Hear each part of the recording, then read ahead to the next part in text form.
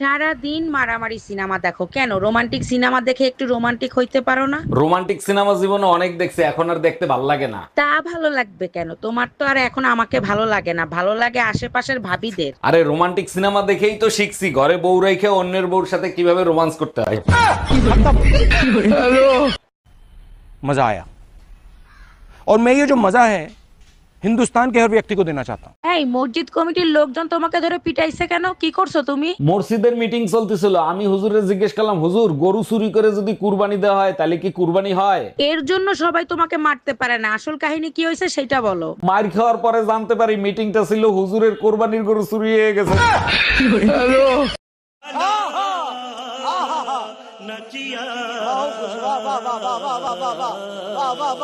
ভাবি, আপনারে তো আর পটাতে পারলাম না, আপনার একটা বান্ধবীর সাথে প্রেম করায় দেন না।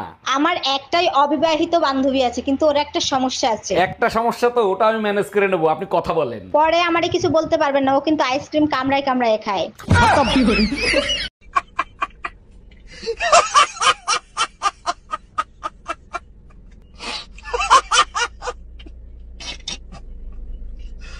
চা খাইতে ইচ্ছে করতেছে।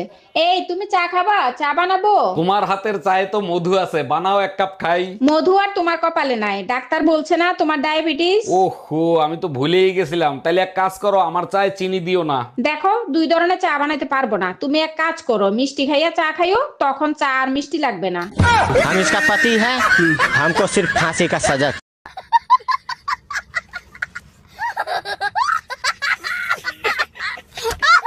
এই আমার প্যান্টের পকেটে 20,000 টাকা ছিল, টাকা কি তুমি নিছো? আমারে কি তোমার চোর মনে হয়? আমি কেন তোমার টাকা নিব? টাকা তো তুই নিছিস, কিভাবে টাকা বের করতে হয় আমার জানা আছে। এই একা একা বিড়বিড় করে কি বলতিছো? বলতেছি শুটিং এর জন্য নকল টাকা আনছিলাম, এখন আবার নকল টাকা আনতে যাইতে হবে। কি ওগুলো নকল টাকা ছিল?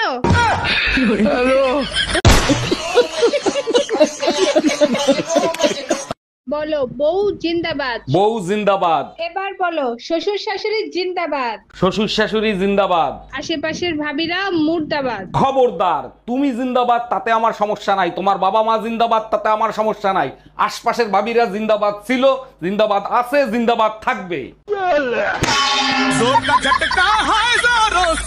অনেকদিন তো ফোনে কথা বললাম, তোমার কি আমার সাথে দেখা করতে ইচ্ছে করে না? ইচ্ছে তো আমারও করে, যদি তোমার বউ টের পেয়ে যায়। আরে তোমারে তো বলাই হয় নাই, আমার বউ তো 3 বছর আগেই মারা গেছে। আমি মারা গেছি আর আমি জানি না? তুই আজকে বাসায় আয়, তোর খবর আছে।